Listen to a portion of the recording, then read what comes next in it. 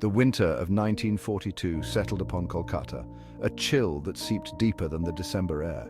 The city, once a vibrant hub of culture and commerce, bore the scars of British rule. The streets, usually teeming with life, held a palpable tension. The yearning for freedom was not just a whisper, it was a roar building in the hearts of its people. Kolkata, in its silence, was crying out for liberation. The grand buildings of the British Raj stood as stark reminders of the oppressive rule. The echoes of empty promises and the sting of injustice resonated through the city's soul. Yet, beneath the surface of despair, a flicker of hope refused to be extinguished. The spirit of resistance, much like the embers of a dying fire, awaited a spark to ignite it into a blaze. Kolkata, in its winter of discontent, yearned for a leader, a beacon to guide them towards the dawn of freedom. The river Hooghly flowed through the heart of the city, a silent witness to the struggle. Its waters, reflecting the somber sky, carried the whispers of discontent and the dreams of a free India. Each ripple seemed to carry a silent prayer, a plea for liberation from the shackles of colonialism. Kolkata, in its wounded yet defiant spirit, awaited the rise of a leader who would embody its hopes and lead it towards the sunlit path of independence. But from the heart of this unrest rose a figure of unwavering resolve, Subhas Chandra Bose. Born into an affluent Bengali family, Bose could have chosen a life of comfort and privilege. Instead, he heard the call of his nation, a call that echoed louder than any earthly desire. He renounced a life of luxury, choosing the path of a revolutionary, dedicating his life to the fight for India's freedom. His piercing gaze reflected an unwavering determination, his demeanor radiating an aura of leadership that drew people to his cause. Bose possessed a rare combination of intellect and charisma. He had studied at Cambridge, excelled in his endeavors, yet his heart ached for his homeland. He saw the injustice, the exploitation, the systematic dismantling of India's pride under British rule. His voice, eloquent and powerful, resonated with the hopes and aspirations of millions. He envisioned an India free from the shackles of colonialism, a nation standing tall and proud on the world stage. His message was simple yet profound, complete and unconditional freedom for India. He challenged the very foundation of British authority, demanding nothing less than complete sovereignty for his nation. His words, imbued with passion and conviction, struck a chord with the masses. He traveled across the country, his fiery speeches igniting the flames of resistance. From the intellectuals to the common man, Bose's message resonated, uniting a nation under the banner of freedom. In the humid heart of Southeast Asia, far from the familiar streets of Kolkata, destiny awaited Subhas Bose. The air was thick with anticipation and the promise of change. The year was 1943, and the world was engulfed in the throes of World War II. Nations clashed, and the fate of empires hung in the balance. Bose, undeterred by the global conflict, saw an opportunity, a chance to strike at the very heart of the British Empire. His vision was clear and his resolve unshakable. He journeyed to Singapore, a city teeming with Indian expatriates, many of whom yearned for a chance to fight for their homeland. The city was a melting pot of cultures and aspirations. It was here, amidst the tropical heat and the gathering storm of war, that Bose would lay the foundations for a force that would challenge the very notion of British invincibility, the Indian National Army. His plans were meticulous and his determination unwavering. The fall of Singapore to the Japanese Imperial Army in 1942 had left thousands of Indian soldiers, once part of the British Indian Army, as prisoners of war. These soldiers were now at a crossroads, their future uncertain. Bose saw in them not defeated soldiers, but potential liberators.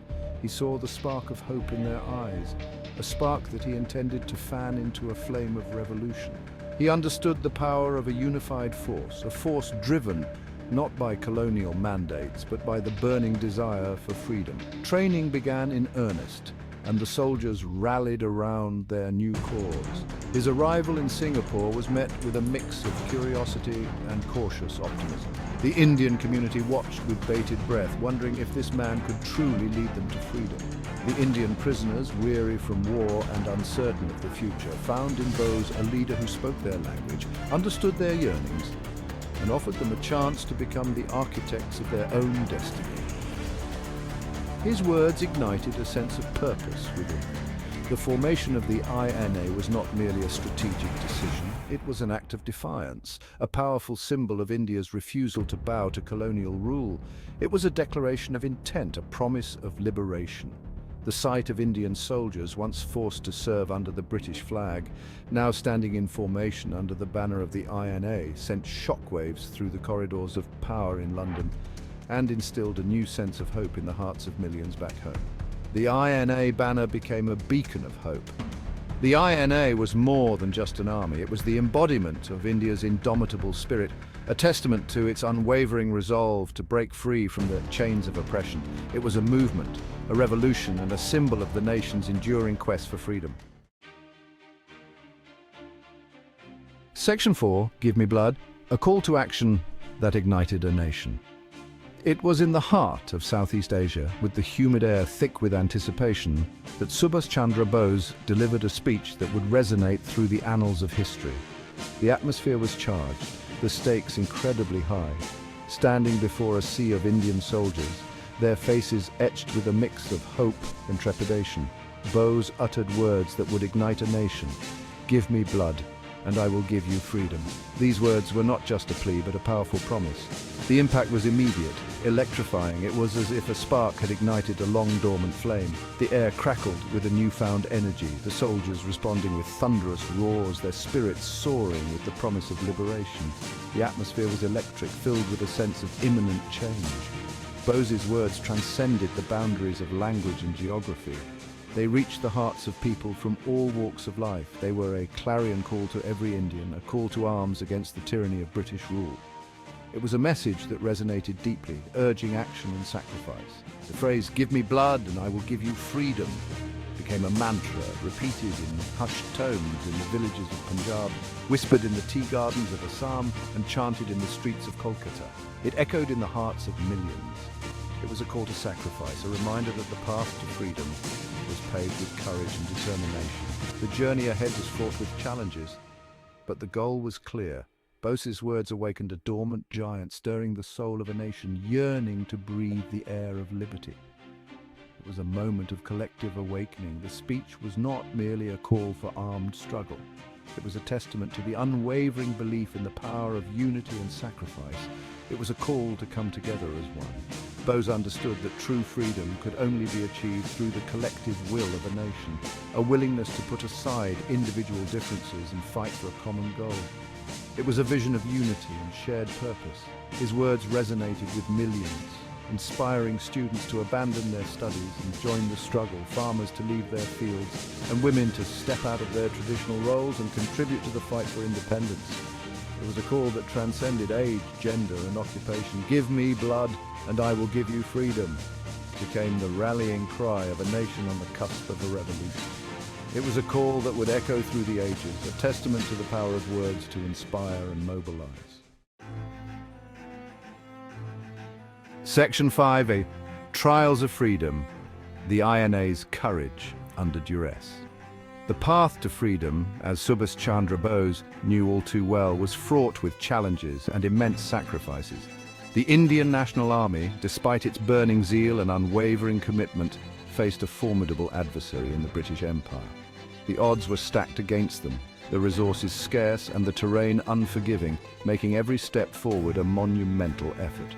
Yet the INA soldiers, bound by their shared dream of a free India and inspired by their leaders' unwavering resolve, faced each obstacle with extraordinary courage and determination, never wavering in their mission.